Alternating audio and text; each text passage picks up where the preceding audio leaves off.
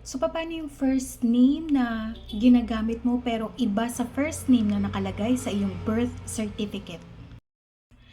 O kaya naman yung first name mo ay M.A., gagawin mong Maria. Pwede po itong ayusin through administrative correction sa pamamagitan ng pag-file ng petition sa local civil registrar. So, sinong pwedeng mag-file? Pwedeng ikaw, yung asawa mo, tatay mo, nanay mo, mga kapatid mo, grandparents mo, o yung iyong legal guardian. So, saan ipa-file ang petition? Kung ikaw ay ipinanganak dito sa Pilipinas, ipa-file ito sa local civil registrar kung saan nakarehistro yung birth certificate.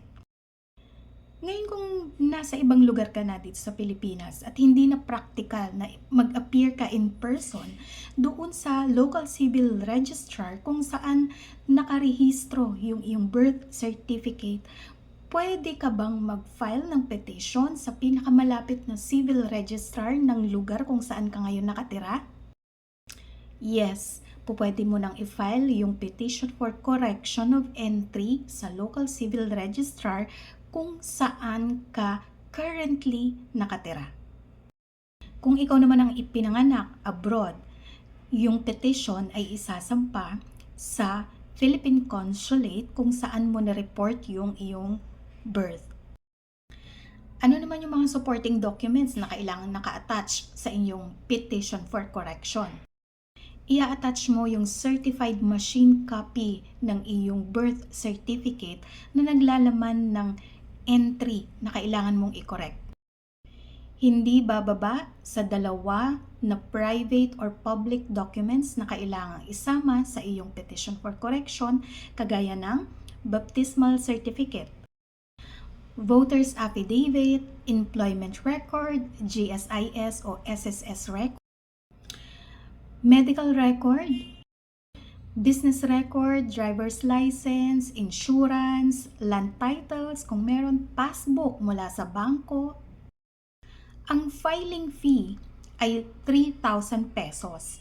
Ngayon, kung ipinanganak ka sa abroad, ang filing fee ay $150. Ngayon, kung kinakailangan, pwede ring mag-request pa si civil registrar ng additional documents kagaya ng NBI or police clearance, civil registry records ng iyong mga ascendants o ng mga magulang mo, mga lolo't lola mo. At kinakailangan din itong may publication. Paano naman kung ang nakalagay sa iyong birth certificate as first name ay baby boy o kaya baby girl? Ano ang magiging proseso? Well, same lang dun sa nabanggit natin. Magpa-file ka ng petition for change of first name through administrative process. Sasubmit mo yung petition sa local civil registrar kung saan nakarehistro yung birth certificate or kung saan ka presently nakatira. Kung wrong spelling naman, ganun din, magpa-file ng petition for correction of clerical error. Sinong pwedeng mag-file ng petition? Ikaw na may-ari ng record, asawa mo, anak mo, parents mo, mga kapatid mo, or grandparents mo, or yung iyong guardian. So kung ipinanganak ka dito sa Pilipinas, ipa-file mo yung petition for correction of clerical error, yung wrong spelling ng iyong first name, sa local civil registrar kung saan nakarehistro yung iyong birth certificate o kung ikaw ay nakatira na malayo doon sa lugar kung saan nakarehistro yung iyong birth certificate, pwede mong i-file sa local civil registrar kung saan ka currently nakatira. Kung ikaw ay pinanganak abroad, i-file mo yung petition for correction of clerical error sa Philippine Consulate kung saan na-report yung birth. So, supporting documents, certified machine copy ng birth certificate na naglalaman ng wrong spelling or maling entry. Not less than 2 private or public documents kagaya ng nabanggit natin kanina.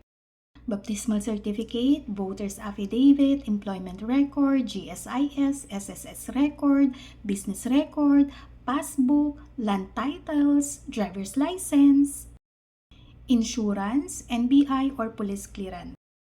So, ang filing fee ay 1,000 pesos Pag ipinanganak ka abroad, $50 ang bayad. Paano naman kung blurred yung PSA record mo? Ano ang gagawin mo? Pumunta ka sa local civil registrar at mag-request ka ng mas malinaw na record para i-endorse nila sa PSA. Paano kung parehong blurred yung nakalagay sa iyong PSA record at yung record mo sa local civil registrar? Ano ang gagawin mo? Magpa-file ka na ngayon ng petition for correction of clerical error. So, sinong pwedeng mag-file? Ikaw na may-ari ng record, pwedeng magulang mo, anak mo, tatay mo, nanay mo, mga kapatid mo, guardian mo, and pwede rin si PSA. So, where to file? Sa local civil registrar, kung saan nakarehistro yung birth certificate, if you're born abroad, sa Philippine Consulate, kung saan nakareport yung birth. So, kung ikaw ay nasa ibang lugar na at hindi practical na mag-appear ka in person dun sa local civil registrar kung saan nakarehistro yung birth certificate, pwede mo itong i-file sa local civil registrar kung saan ka nakatira. Same lang yung documents kagaya ng mga nauna nating nabanggit. At ang bayad, 1,000 pesos. Kung born abroad, $50. Kung wrong spelling naman ng middle name, ganun din, petition for correction of clerical error. Ang pwedeng mag-file, ikaw na may-ari ng record, nanay mo, tatay mo, mga kapatid mo, anak mo, grandparents, or guardian.